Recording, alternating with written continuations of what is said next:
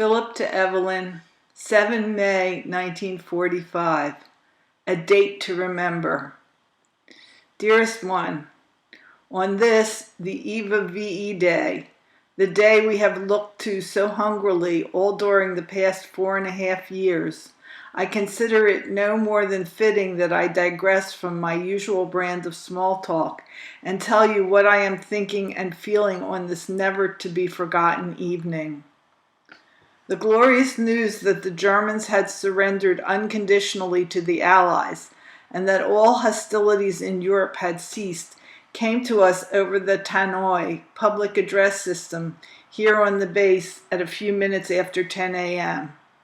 I was at work in the orderly room, but at the first words to come over the tannoy, I and the 6 other fellows in the orderly room with one accord dropped what we were doing and dashed outside to hear the glad tidings.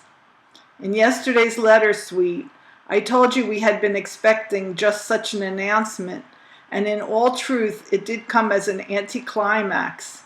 The enemy was so obviously shattered weeks ago, but still the great news had been so long awaited that the actuality had the unreal quality of things that are too good to be true.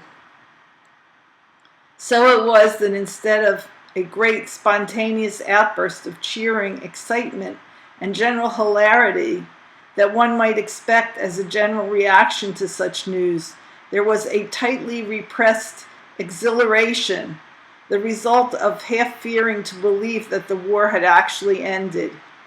As the morning wore on, however, and the enormity of victory, complete as any, did their soothing influence to the atmosphere.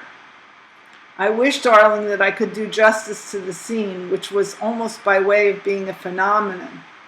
No words of mine or anyone's could possibly paint the picture in your mind.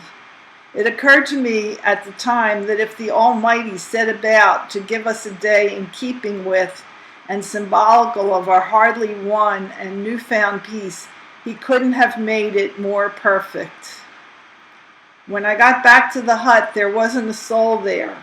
Most of the fellows have gone into town to celebrate. The quiet is almost uncanny. Feeling the need to talk to you, Ev, darling, I got out my stationery, walked to the day room, which I have all to myself, and commenced this. My heart is very full at the moment, sweet, with a variety of emotions. Gratitude that it's all over. Happiness, ditto, and loneliness, which only your beloved presence will banish.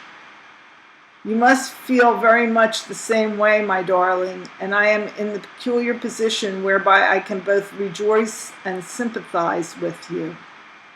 My prayer now is that the peace that has come to a great part of the world is the harbinger of the realization of all our hopes.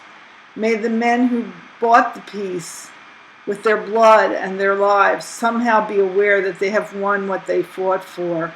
Amen. Ever your adoring Phil.